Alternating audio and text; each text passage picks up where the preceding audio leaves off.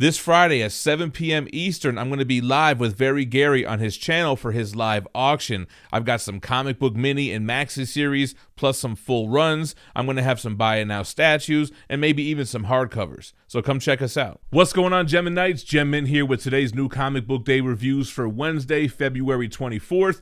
And I'm happy to get this video out on time because the Marvel shipment was delayed again. Something with the weather or with Diamond. But anyway, I ended up reading the Marvel books and some of the indie books digitally and only have the DC books here physically. So we're still going to be able to get through the review, and I'm going to try to get through this as spoiler-free as possible. Before we get started, make sure to subscribe to the channel, hit that notification bell so you don't miss one of these videos that I drop every Wednesday, along with statue unboxings, omnibus hauls, and more. Let's jump into the DC books. So the first book here, we have our Generations Forged, issue number 1. This is a sequel to Generation Shattered by Dan Jurgens, along with Robert Venditti, Andy Schmidt, and art by Brian Hitch, Bernard Chang, Colleen Durand, Marco Stantucci, and more.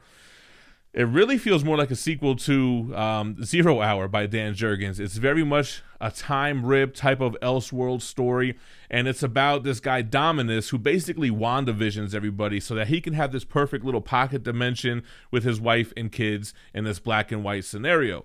And then it's following our heroes through Generation Shatter, like Kamandi, like Superman, and other characters trying to figure out how can they get time back the way that it was. You're dealing with characters like Golden Age Batman, and overall, I felt like it was an enjoyable story. Nice big third act. Art is what you would expect out of like a Copper Age DC book. And it felt like this big self-contained thing. This is like a $10 trade paperback, basically. So a lot of story in this one, and I did enjoy it. I'm kind of a sucker for these DC time stories. Next up is all Future State stuff. This is Dark Detective, issue 4. It's a $5.99 cover price, and it has a Red Hood backup story. So this is by Tamaki Williamson, Mora, Milono Giannis, and Belair.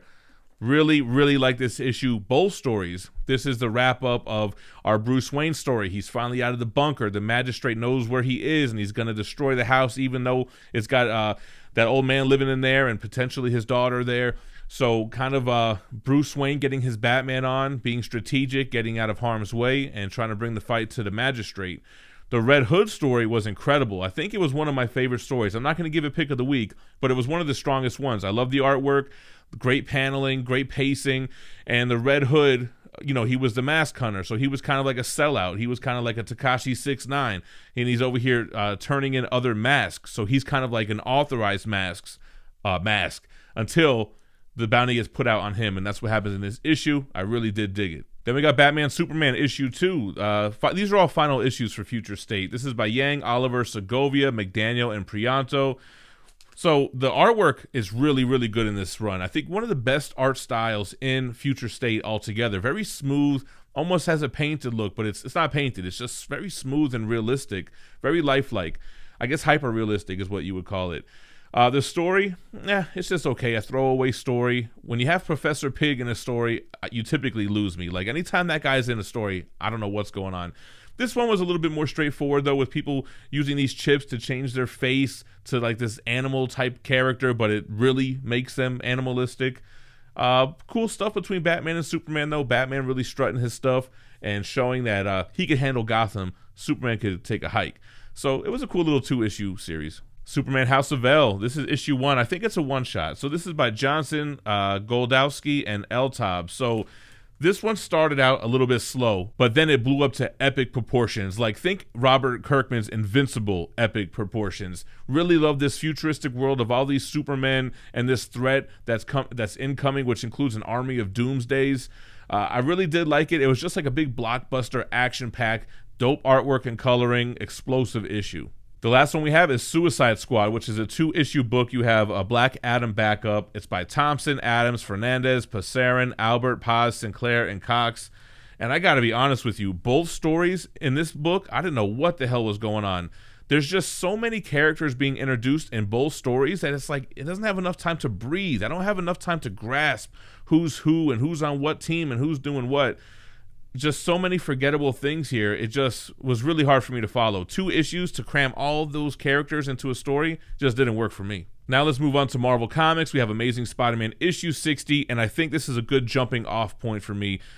Nick Spencer, Mark Bagley, with Dell, Hennessy, and Rosenberg. I just thought it was a terrible issue, man. Just a big therapy session with Mary Jane and Spider-Man, and getting him to explain in front of a empty theater all of his problems, or what he wants to say to Harry Osborn. It was just so sappy. Didn't feel realistic. Like Mary Jane, like, just didn't feel realistic to me. I just really disliked this issue, and this run, just overall, I just have not been feeling it. So probably going to be the last Amazing Spider-Man review you see on this channel until we get a new creative team. All right, so I did read a couple of King of Black tie-ins. I read Black Cat issue 3. This is by McKay, Villa, and Reber, and I really did like this. It's a little bit crazy, man. You have Black Cat grab the staff of, I'm not going to even try to pronounce it, something from Doctor Strange lore, which basically makes her like a god type character. She almost looks like a Valkyrie.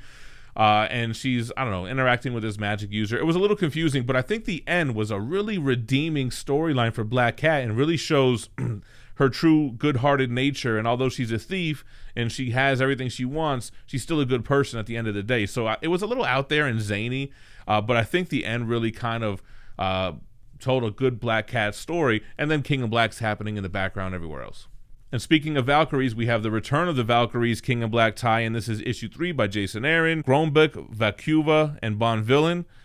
This one I wasn't really digging. I feel like there's a lot going on in the Valkyrie backstory here that I'm not really following. That's just not really interesting to me. I did kind of like how it ended, finally taking the battle to one of these symbiote dragons and kind of using its weaknesses and fighting as these Valkyries as they should, looking for weak points, like I said, and it ended up ending pretty good. But what the hell happened to Sentry? I thought that was what this story was supposed to be about, but he's nowhere to be found. Then we have Maestro issue 2. This is Warren Pax standing for Post-Apocalyptic Existence,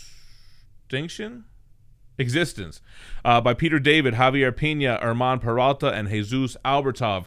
You know, I really have been loving all these Maestro miniseries that Peter David has been doing. I did feel like this issue was like the least interesting one out of all of them so far. It just kind of was setting up the team that's helping him out. I forget their name, but they're double crossing him basically with Dr. Doom. Now, Dr. Doom was written very well. It felt really like Doom, and there was a lot of good interactions with him in the beginning of this. But otherwise, I mean, nothing much really happened. It was kind of just a setup issue, I guess you would say. So, you know, going to continue to read it by all means. It just was probably my least favorite Maestro so far. But great artwork and coloring here. I do like this style. Symbiote Spider-Man issue 4. This is by Peter David as well, with Greg Land, Jay Liston, and Frank D. Armada. Wasn't feeling this one, man. This King of Black tie-in is very loosely connected to King of Black. Symbiote Spider-Man fighting this kind of weird symbiote creature with Rocket Raccoon helping and Kang the Conqueror. It just feels all over the place. It feels not connected to anything. The banter felt a little off from Spider-Man. Like, I'm reading it and I'm like, this doesn't feel like Spider-Man. But I mean, I get that it's symbiote Spider-Man from the late 80s or whatever, but just kind of a waste of a tie-in. I would probably skip the symbiote Spider-Man King of Black tie-ins if I could do this over. Then we got Wolverine issue 10, Benjamin Percy with Kubert and Martin. Great issue. I really like the relationship between Maverick and Wolverine, trying to break free from this auction from reading last issue where they're selling off mutant memorabilia and mutants themselves. So Maverick getting his memory back, Wolverine trying to help him escape and escape together. So that's pretty much the whole issue, but it flowed well. It was fun to read. It was smooth. Artwork was great. Love this cover. So Wolverine was pretty dope. Then you have X-Men issue 18 by Hickman, Asrar, and Go. I really wanted to like this issue. I like this little team here with Darwin, X-23, and Psyche, but it was very Hickman-y. This was a very like verbose, dense kind of storytelling that didn't really do anything. I guess it's setting up this next arc, but I don't know, it was a little confusing, but artwork was great. I mean, I did like the character interactions. I just don't really know what the hell's going on. Going down into some vault. The vault kind of reminds me of the world where like Phantom X is from. Like, they're going down to this other world basically to, I don't know, combat these threats. All right, before we move over to the independents, some of you guys might be looking at the background and saying, what are all those books on your shelves there? Are those cereal boxes? Those are omnibus collected editions, and if you're looking for places to purchase them, look no further than our sponsor, cheapgraphicnovels.com. They sell them up to 50% off cover price with great packaging, fast shipping, and excellent customer service. Plus, they have a bargain bin where you can find titles up to 90% off. If you mention this channel in the memo at checkout for your first order, your next order will have free shipping in the United States. So check out cheapgraphicnovels.com. All right, first thing we're going to do is jump into crossover issue 4 by Donny Cates, Jeff Shaw, D. Cunningham, and John J. Hill.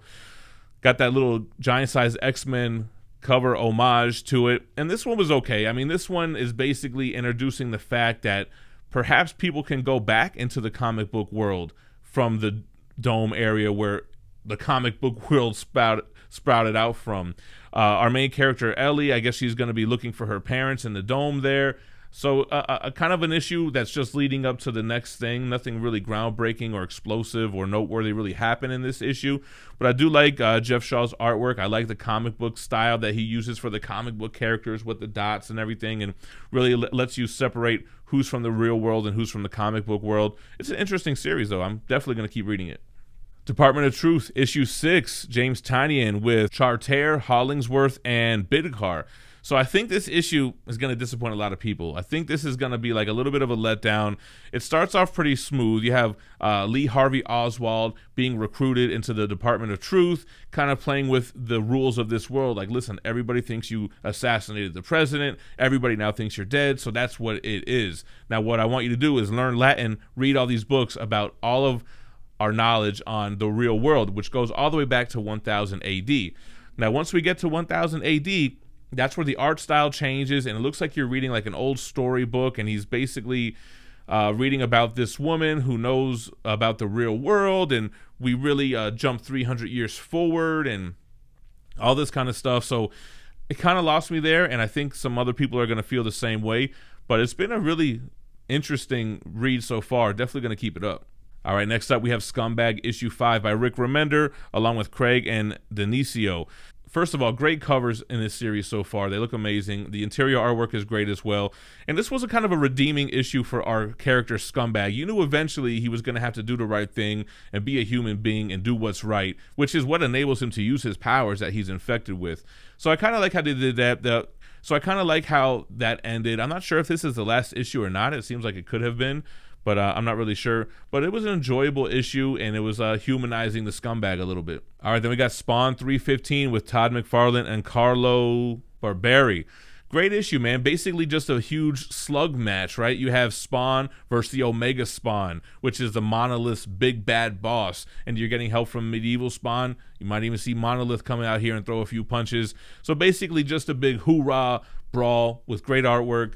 And you can see the roots for this Spawn universe that Todd McFarlane is crafting, that, you know, you're going to have these characters like She-Spawn and Medieval Spawn and all this stuff doing their own thing eventually in their own titles. So I'm looking forward to it. All right, then I tried a new #1 from Image, Two Moons by Arcudi, Giordano, Stewart, and Heisler. So Two Moons is about it's like war times, and you have this Native American character that seems to be on America's side, but he's seeing things, man. He's seeing like monsters appear and dead people talking to him, and his dead grandfather talking to him, even though the nurse snaps up and says, oh yeah, he died yesterday.